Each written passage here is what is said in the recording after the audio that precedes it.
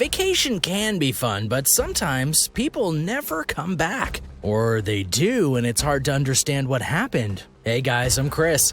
From children at the beach to cyclists trying to bike around the world, here are 8 people who disappeared while traveling.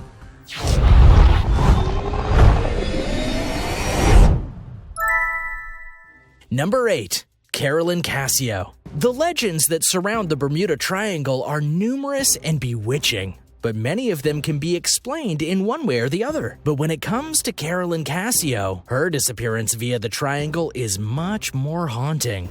This is strange because she was a Cessna pilot, and she had been contracted to take a passenger from Nassau in the Bahamas to Grand Turk Island. It was a simple trip that was going to have her travel 465 miles and right through the triangle. Upon reaching Grand Turk Island, she tried to radio the airport she was scheduled to land at, but according to her radio transmission, she couldn't reach them.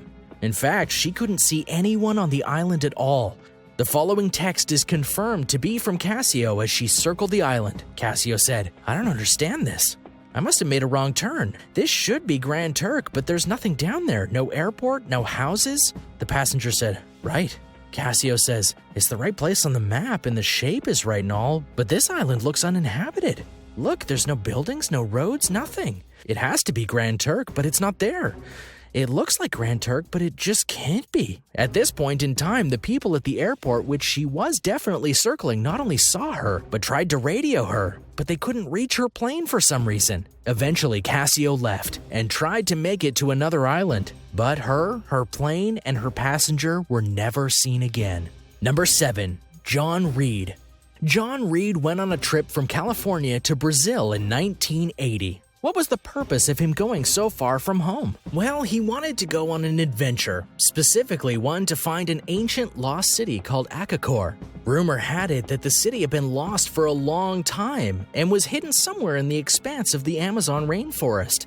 Now, lest you think this is a random impulse, it wasn't. He had read a book by a man named Carl Brugger, and he talked about the quest to find the city and even noted that there was a jungle guide that offered to try and help him find the city. Reed realized the guide was still alive, so he went to Brazil to join the guide to try and find Acacor. He was never seen again. What might be the saddest part about Reed's disappearance is that there is a very logical explanation for him being missing. Mainly, the guide wasn't telling the truth about who he was. He wasn't from South America, he was actually German, and authorities believe that not only was he responsible for the disappearance of Reed, but also for certain other tourists on his expeditions, and even Carl Brugger.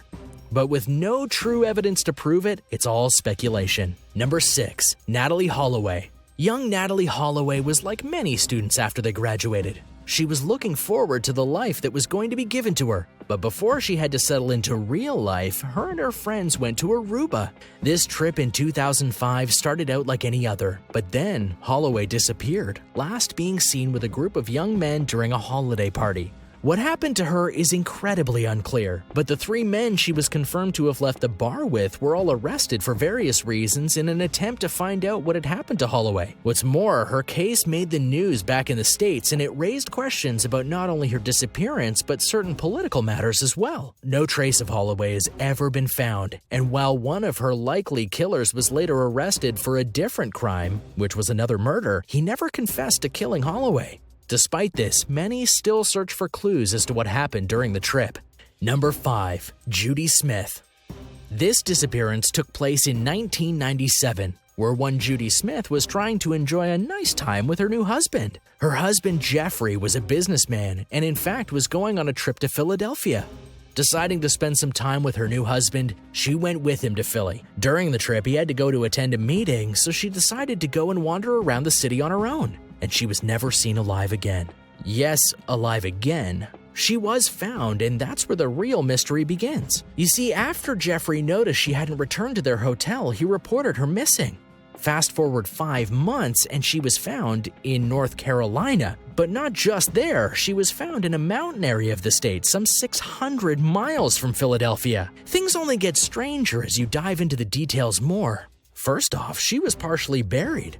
Why did the people involved do that? And second, why was she there? Kidnapping seems logical, but all her belongings, including her wallet and wedding ring, were still on her. What's more, witnesses in the area not only claimed to have seen Judy, but also claimed to have talked to her. She didn't seem under duress, which seems to indicate that she was actually there voluntarily. But if that was true, then why was she there? Why did she leave her husband? How did she die? And why did she end up in the mountains? No one knows. Number 4. Madeleine McCann. There are very few disappearances more haunting than that of a child being taken away. Yet in 2007, that's exactly what happened to 3-year-old Madeleine McCann. She was with her parents at a resort in Portugal. One of the benefits of the resort is that the parents have access to a suite where they can put their children while they can go and relax. One night, Kate and Jerry McCann did just this, and later that night, when Kate went to look in on her children, Madeleine was gone.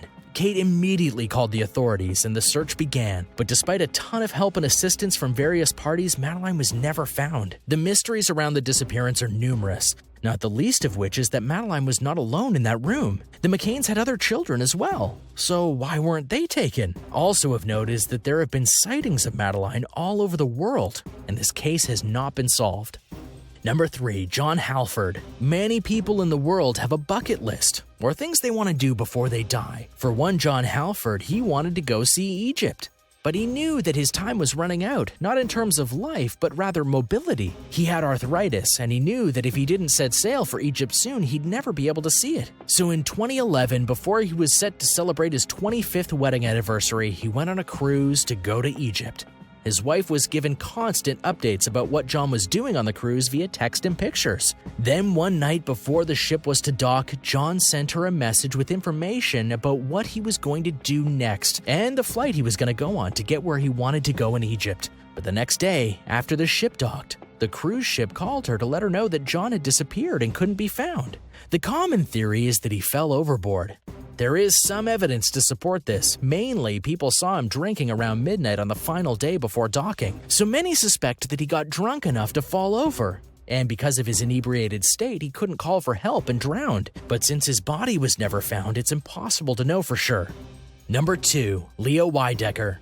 Leo WIDICKER and his wife Virginia were very active people. In fact, during their long marriage, which lasted over 50 years, they had been part of many humanitarian trips around the world. In 2001, the two joined their longtime organization Maranatha Volunteers International on a trip to Costa Rica. While on the trip, they went to the Tabacón hot springs, where Virginia decided to take a dip in them. Leo wasn't interested and decided to go and sit on a bench close to the waters. But when Virginia returned to the bench, she saw that Leo wasn't there anymore. She asked around and people said that they saw Leo asking about her and where to find her. What's more, it was confirmed by the guards of the springs that he had asked to leave and started to walk down the road. Yet when a friend of the WIDICKERs drove down the road to find Leo, he couldn't see him, and he drove down for 10 miles, and it was a straight shot of a road. This is only compounded by the fact that Leo was rather old, so he couldn't walk very fast. So what happened to Leo WIDICKER? Well, many think that someone, for whatever reason, picked him up and took him somewhere, but where exactly that is or was is unknown. The police and other authorities did a search of the area around the hot springs but didn't find him or even a trace of him.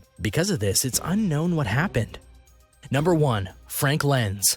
There have been many people who have traveled around the world in many different ways, but for one Frank LENZ, he had an idea so grand and so spectacular that it would be foolish not to do it.